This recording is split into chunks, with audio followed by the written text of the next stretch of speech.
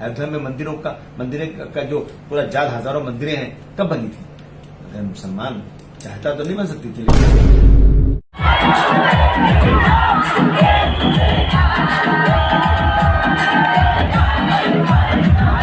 और मुस्लिम एरिया में मोटरसाइकिल रोक करके वहां नारा लगाएंगे तो जज्बात भड़कते हैं लोगों के, एक्शन के रिएक्शन होता है। ये राजनीतिक जो पार्टियां हैं ना, हिंदुत्व के मुद्दे पर मेजॉरिटी को सिर्फ और सिर्फ मेजॉरिटी को खींचने के लिए उनके बीच में मुसलमानों की इमेज को खराब करके ये चीजें दिखा रहे हैं।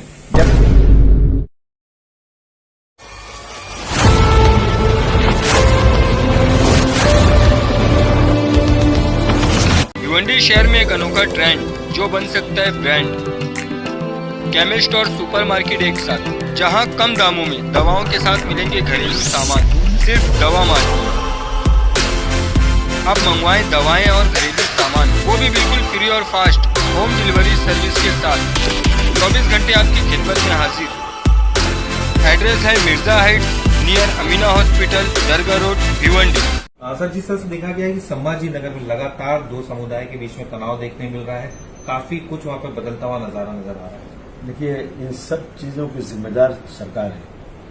मैं छोटा सा एग्जाम्पल दूं, अब्दुल वाहिद नाम का एक शख्स है जिसने एक इशरत बानो के ऊपर एक किताब लिखी। उस किताब की ओपनिंग के लिए पूना गए, औरंगाबाद गए, परमिशन पुलिस ने नहीं दिया कि लॉ एंड ऑर्डर खराब हो जाएगा। मैं पूछूं कि 20-25 जिलों में जो सकल हिंदू समाज की आक्रोश रैली चल रही है और जिसमें 7 पुलिस भी चलती है, उनको परमिशन कैसे दे दिया?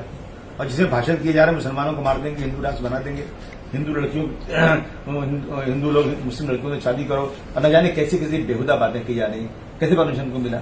और जा करके औरंगाबाद में मुस्लिम इलाके में बार बार संभाजी नगर चिल्लाना, भाई उनके घरों उनके जख्मों को हरा क्यों कर रहे हो?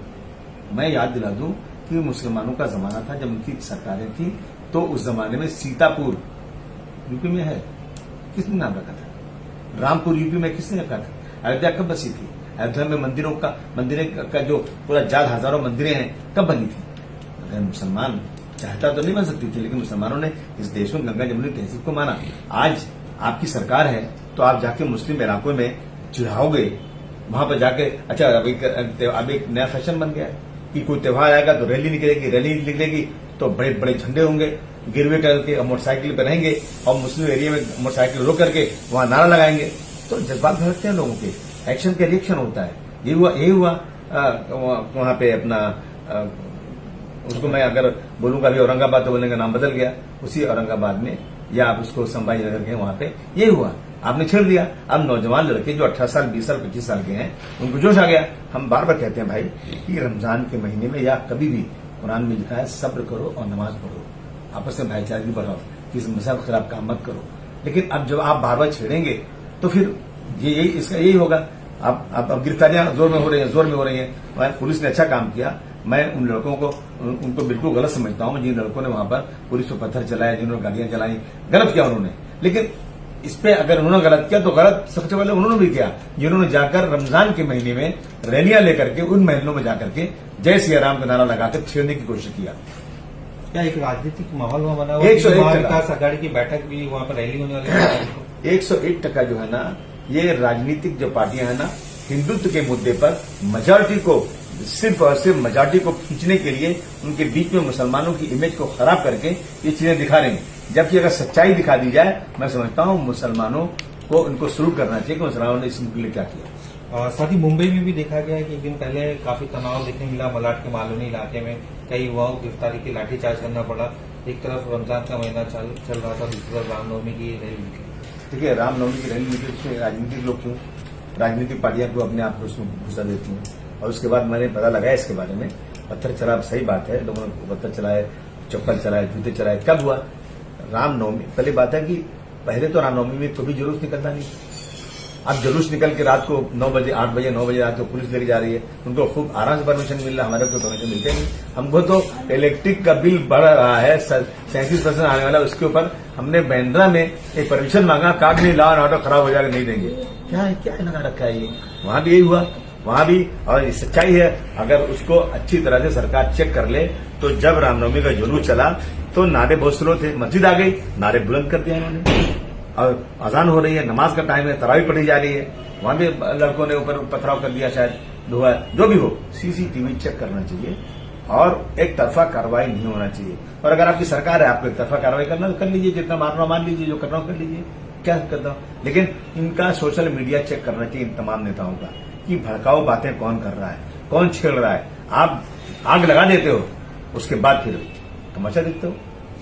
किस तरह की इंक्वायरी की मांग करेंगे, क्योंकि मुस्लिम इलाके जो भी है अब तनावपूर्ण है, कहीं मालूम है कि घटना के बाद इसका असर भिंडी या फिर पायदुनी हो या फिर आपका वंडी उन इलाकों में भी देखेंगे। नहीं, जो हेट स्पीचेस हुई हैं, जो सुप्रीम कोर्ट ने खुद नोट किया है और सुप्रीम कोर्ट ने कहा, सरकारें कान खोल के सुन लें कि कोर्ट कह रहा है कि 50 से ज्यादा हेट स्पीचेस हुई हैं और मुसलमानों को गालियां दी जा रही हैं।